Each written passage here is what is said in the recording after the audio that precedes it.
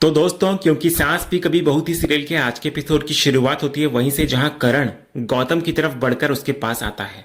करण को इस तरफ आता देखकर शोभा उससे पूछती है कि सब ठीक तो है ना। इतने सालों बाद करण का इस हिस्से में आना अपने आप में बड़ी बात होती है।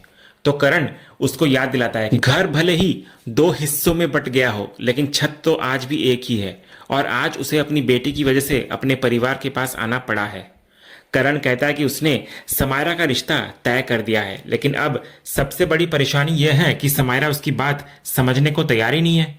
करण को लगता है कि पराग बहुत अच्छा लड़का है और वो अपनी बेटी के लिए जो भी फैसला ले रहा है उसकी भलाई और खुशी के लिए ही ले रहा है, लेकिन समायरा के मन में आखिर चल क्या रहा है ये उसे समझ नहीं आ रहा।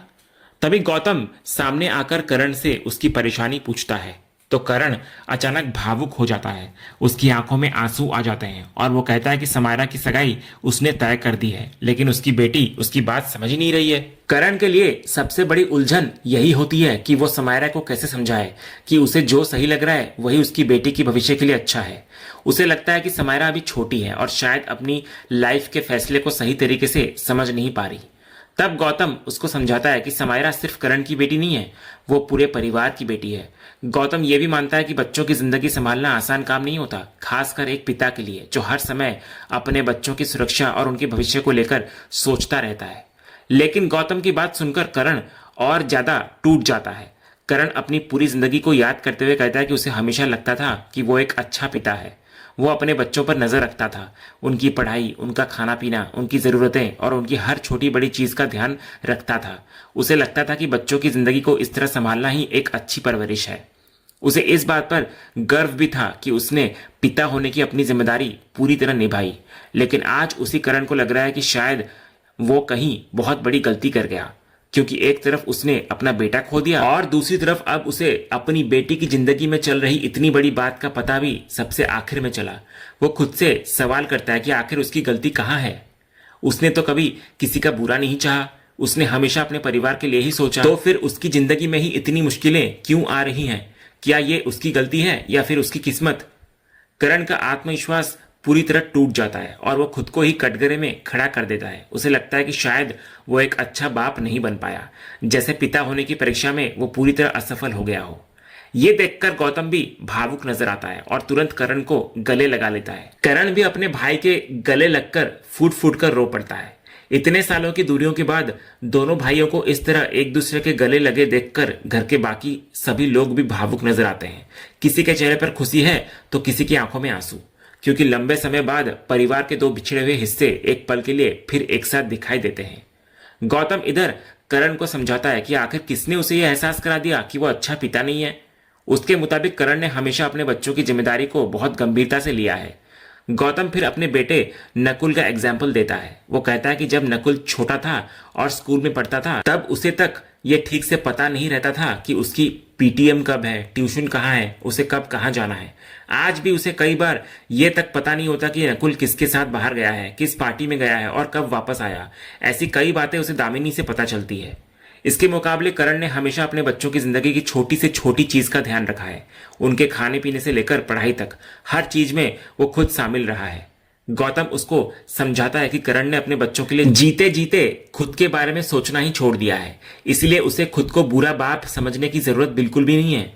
तो करण इस पर एक बार फिर भावुक होकर गौतम के गले लग जाता है और गौतम उसको इधर संभालता रहता है। इसके बाद करण पूरे परिवार को बता रहा होता है कि वो यहाँ समायरा की सगाई की खबर देने आया था और चाहता है कि परिवार के सभी लोग इस खुशी में शामिल हो।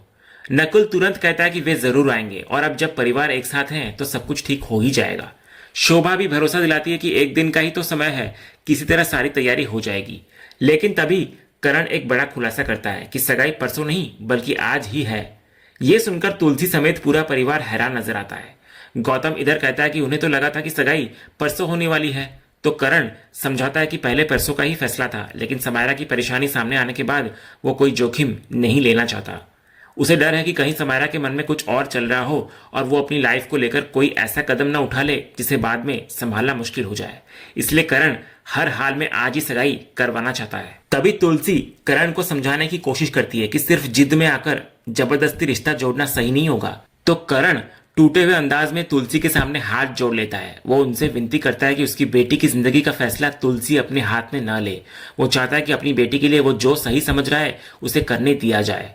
गौतम भी इधर करण को शांत करता है और भरोसा दिलाता है कि सब ठीक हो जाएगा। लेकिन इधर तुलसी के मन में अब एक ही सवाल लगातार घूम रहा होता है कि आखिर करण इतनी जल्दी क्यों कर रहा है, और क्या समायरा सच में इस रिश्ते के लिए तैयार है या फिर वो सिर्फ अपने पिता के दबाव में ये सब मान रही है। इसके बाद तुलसी सीधे समायरा के रूम में पहुंचती है। समायरा पहले से ही बहुत परेशान और रो रही होती है। तुलसी को देखते ही वो नाराज हो जाती है और उसे लगता है कि शायद तुलसी उसे इस हालत में देखकर खुश हो रही है, इसलिए बार बार उसके पास चली आती है। तो तुलसी उसकी ये गलतफहमी दूर करती है। वो कहती है कि अपने बच्चों को रोता हुआ देखकर कोई माँ खुश नहीं हो सकती। वो यहाँ इसलिए आई है क्योंकि उसे देखकर तकलीफ हो रही है कि एक लड़की के साथ उसके माता पिता उसकी इच्छा के खिलाफ फैसला कर रहे हैं और माँ बेटी के बीच खुलकर बातचीत तक नहीं हो पा रही। तुलसी समायरा को बताती है कि उसने अपनी पूरी लाइफ इसी कोशिश में लगाई कि उसके परिवार में हर इंसान खुलकर अपनी बात रख सके। कोई बच्चा अपने मन की बात कहने से डरे नहीं और हर बच्चा अपने घर में खुश रह सके। लेकिन समायरा का दर्द कुछ और होता है। वो कहती है कि उसके मामले में तो ठीक उसका उल्टा हो रहा है। उसकी अपनी खुशी के बारे में कोई सोच ही नहीं रहा। उसे लगता है कि ऐसी बहुत सी लड़कियां होती है जिनकी शादी उनकी मर्जी के बिना कर दी जाती है और फिर वे या तो जिंदगी भर अपना मन मारकर उस रिश्ते को निभाती हैं या अंदर से खुद को खत्म कर लेती हैं। तो तुलसी तुरंत उसे ऐसी बातें करने से रोकती है। तो समायरा फिर टूटकर सवाल करती है कि आखिर वो करे भी तो क्या करे। उसकी सगाई उसी शाम है। क्या वो अपने पिता के पास जाकर सब सच बता दे? क्या करण उसकी बात समझेंगे? क्या वो अपनी बेटी की बात पर भरोसा करेंगे? समायरा को यह भी लगता है कि तुलसी शायद उसके सामने खुद को महान साबित करना चाहती है ताकि समायरा की नजरों में उनकी छवि अच्छी बन जाए। तुलसी को उसकी ये बात गहरी चोट पहुंचाती है। वो पूछती है कि क्या समायरा ने उसे इतना कम आंका है कि वो ये सब सिर्फ महान बनने के लिए कर रही है। तुलसी अपने लाइफ की बात करते हुए समझाती है कि उसने अपना पूरा जीवन परिवार की खुशी के लिए लगा दिया है। जब से उसने इस परिवार की जिम्मेदारी संभाली तब से उसने कभी किसी लड़की की आवाज दबाने की कोशिश नहीं करी और ना ही किसी लड़की को उसकी मर्जी के खिलाफ किसी कमरे में बंद किया। तुलसी यह भी मानती है कि करण शायद अपनी जिद में समायरा को बचाने की कोशिश कर रहा है। उसे लगता है कि करण को अपनी बेटी के लिए यही रास्ता सही दिखाई दे रहा है। लेकिन तुलसी एक मां के रूप में जानबूझकर समायरा की खुशियों का गला नहीं घोट सकती। समायरा फिर निराश होकर कहती है कि करण अब नहीं समझने वाला। उसकी जिद खत्म नहीं होगी, चाहे उसकी जिंदगी ही क्यों ना खत्म हो जाए। अब उसे लगता है कि यही उसकी किस्मत है। तो तुलसी इस पर उसे जोरदार तरीके से हिम्मत देती है। वो उसको याद दिलाती है कि वो तुलसी वीरानी की पोती है। उसके अंदर भी उसी परिवार का खून और वही आग है। तुलसी समझाती है कि इस परिवार की लड़कियां किस्मत के सामने हार मानना नहीं जानती। अगर जिंदगी में लड़ाई आएगी तो मर्यादा में रहकर अपने हक के लिए लड़ना होगा। किस्मत से समझौता करना उनके परिवार की फितरत नहीं है। इसके बाद तुलसी समायरा से सबसे जरूरी सवाल करती है कि क्या वो सच में उस लड़के से बहुत प्यार करती है। तो इस बार समायरा बिना किसी झिझक के अपनी सच्चाई बता देती है। वो स्वीकार करती है कि वो सिड से बहुत प्यार करती है। उसके बिना वो अपनी जिंदगी की कल्पना नहीं कर सकती और सिड भी उससे उतना ही प्यार करता है। लेकिन उनकी सबसे बड़ी मजबूरी यही है कि उसे पूरा यकीन है कि करण अभी भी इस रिश्ते को स्वीकार नहीं करेगा। तुलसी अब एक फैसला करती है। वो समायरा से उस लड़के का पता मांगती है। तो समायरा हैरान होकर पूछती है कि तुलसी को उसका एड्रेस आखिर क्यों चाहिए। तो तुलसी समझाती है कि वो वही करना चाहती है जो करण को एक पिता होने के नाते करना चाहिए था। वो खुद जाकर उस लड़के को देखना चाहती है, उससे मिलना चाहती है और ये समझना चाहती है कि आखिर वो लड़का कितना सही है जिसके लिए उसकी पोती अपनी पूरी जिंदगी दांव पर लगाने को तैयार है। तुलसी साफ कर देती है कि वो सिर्फ सुनकर फैसला नहीं करेगी, पहले खुद उस लड़के को देखेगी और समझेगी कि वो समायरा के लिए सही है भी या नहीं।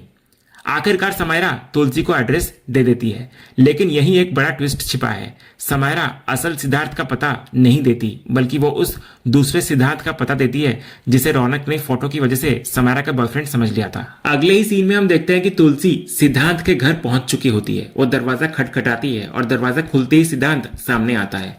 वो तुलसी को देखकर थोड़ा हैरान होता है और पूछता है कि वो कौन है। तो तुलसी अपना परिचय देते हुए कहती है कि वो तुलसी वीरानी है, समायरा की दादी। तो समायरा की दादी का नाम सुनते ही सिद्धांत उन्हें सम्मान से घर के अंदर बुला लेता है। अंदर आने के बाद तुलसी सिद्धांत को बैठने के लिए कहती है। उसके अंदाज से साफ होता है कि वो सिर्फ औपचारिक मुलाकात के लिए नहीं आई, बल्कि समायरा की लाइफ से जुड़ी कुछ जरूरी बातें समझने आई है। तुलसी सबसे पहले सिद्धांत से उसकी पढ़ाई और काम के बारे में पूछती है। तो सिद्धांत कहता है कि वो अभी कॉलेज के आखिरी साल में है। पढ़ाई के साथ साथ वो पार्ट टाइम जॉब भी करता है ताकि अपने खर्चों को संभाल सके।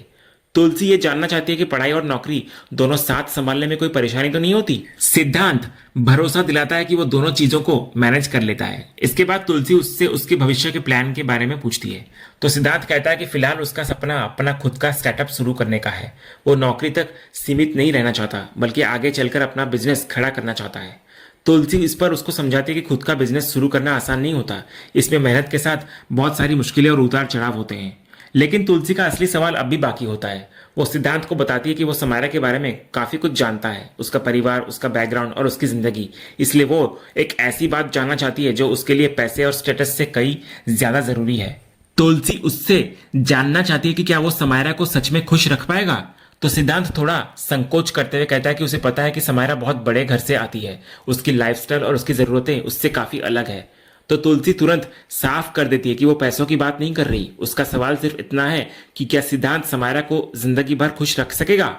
तो सिद्धांत ईमानदारी से स्वीकार करता है कि वो एक मिडिल क्लास परिवार से है। शायद शुरुआत में वो समायरा को वैसी जिंदगी न दे पाए जैसी उसे अब तक मिली है, लेकिन वो अपनी तरफ से पूरी मेहनत करेगा और उसे कभी किसी चीज की कमी महसूस नहीं होने देगा। तो तुलसी उसकी इस बात पर उसको समझाती है कि मिडिल क्लास परिवार से होना कोई अपराध नहीं है। वो अपने अतीत का उदाहरण भी देती है। तुलसी कहती है कि शादी से पहले वो खुद भी एक लोअर मिडिल क्लास परिवार से थी। यहां तक कि कुछ लोग उसे गरीब तक कहते थे। लेकिन जिंदगी में हर अमीर इंसान अमीरी लेकर पैदा नहीं होता। बहुत से लोग अपनी मेहनत, काबिलियत और संघर्ष के दम पर अपनी जिंदगी बदलते हैं। फिर तुलसी सिद्धांत को याद दिलाती है कि उसने उससे यह नहीं पूछा कि वो कितना पैसा कमाएगा या भविष्य में कितना अमीर बनेगा। उसका असली सवाल सिर्फ समायरा की खुशी से जुड़ा है। तुलसी आगे समझाती है कि उन्होंने समायरा को इतना पढ़ाया लिखाया और काबिल बनाया है कि वो अपने पैरों पर खड़ी हो सके।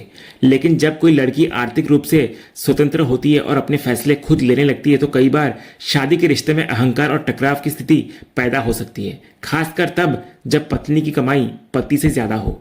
तुलसी की चिंता यही है कि भविष्य में सिद्धांत और समायरा के बीच कभी ऐसा ईगो क्लैश न हो जिससे उनके रिश्ते में दरार आए। तो सिद्धांत पूरी गंभीरता से तुलसी को भरोसा दिलाता है कि उसके लिए समायरा की खुशी सबसे ऊपर है। वो कहता है कि वो समायरा से इतना प्यार करता है कि उसकी खुशी और उसकी जरूरतों को हमेशा समझने की कोशिश करेगा।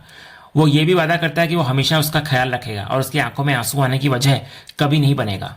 सिद्धांत अपने माता पिता को अपनी जिंदगी में बहुत ऊंचा स्थान देता है और उन्हीं की कसम लेकर तुलसी को भरोसा दिलाता है कि समायरा कभी खुद को अकेला महसूस नहीं करेगी। तो सिद्धांत की बात सुनकर तुलसी को अच्छा लगता है। हालांकि वो कोई बड़ा वादा करने की स्थिति में नहीं होती। वो सिर्फ उसे आशीर्वाद देती है कि वो खुश रहे, जिंदगी में खूब तरक्की करे और अपने सपनों को पूरा करे। इतना बोलकर तुलसी वहां से चली जाती है। तो तुलसी के जाने के बाद सिद्धांत दरवाजा बंद करता है, लेकिन घर के अंदर आने के बाद वो दूसरे कमरे की तरफ देखकर किसी को बाहर आने के लिए कहता है। तभी दूसरे कमरे से तृप्ति बाहर आती है, पीछे सिद्धार्थ भी। तृप्ति सिद्धांत की तारीफ करते हुए कहती है कि सिद्धार्थ ने उसे बताया था कि सिद्धांत को एक्टिंग का शौक है, लेकिन उसने इतनी नेचुरल एक्टिंग की होगी ये उसने सोचा भी नहीं था। सिद्धांत भी माहौल को हल्का करते हुए तृप्ति के लिए अपने हाथ की चाय बनाने की बात करता है और उसे बैठने के लिए कहता है। लेकिन दूसरी तरफ सिद्धार्थ अभी भी काफी परेशान सा होता है। वो अपनी मॉम तृप्ति से पूछता है कि वो इतनी बड़ी सिचुएशन को इतनी हल्के में कैसे ले सकती है। उसे समझ नहीं आ रहा कि एक के बाद एक कितनी कॉम्प्लिकेशंस पैदा हो रही है। उधर समायरा के परिवार को लगता है कि उसका रिश्ता सिद्धांत के साथ है। अगर किसी तरह पराग वाला रिश्ता रुक भी गया तो परिवार की नजर अब सिद्धांत पर जा सकती है। सिद्धार्थ को डर होता है कि इस गलतफहमी की वजह से उसका पूरा प्लान और भी उलझ सकता है। तो तृप्ति उसे शांत रहने के लिए कहती है। उसके मुताबिक सिद्धार्थ को इतना घबराने की जरूरत नहीं है। वो भरोसा दिलाती है कि समायरा की सगाई ना तो पराग से होगी और ना ही किसी दूसरे लड़के से।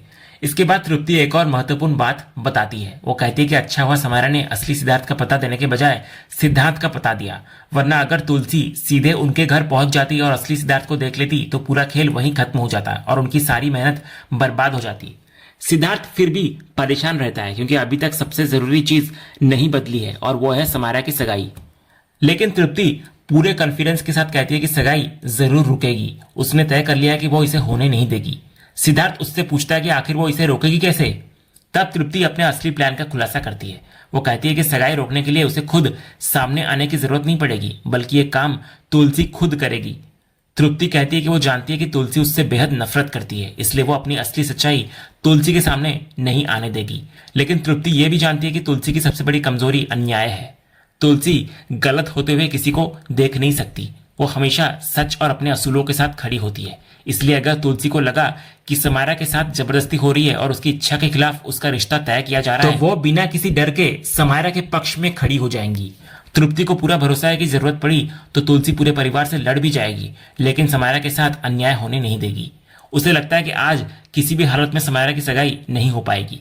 इतने में सिद्धांत सिद्धार्थ को कुछ देर के लिए बुलाता है तो सिद्धार्थ वहां से निकल जाता है। सिद्धार्थ के जाते ही तृप्ति के चेहरे पर एक अलग ही आत्मविश्वास दिखाई देता है। वो सोचती है कि अनजाने में ही सही तुलसी अब उसके प्लान का हिस्सा बन चुकी है।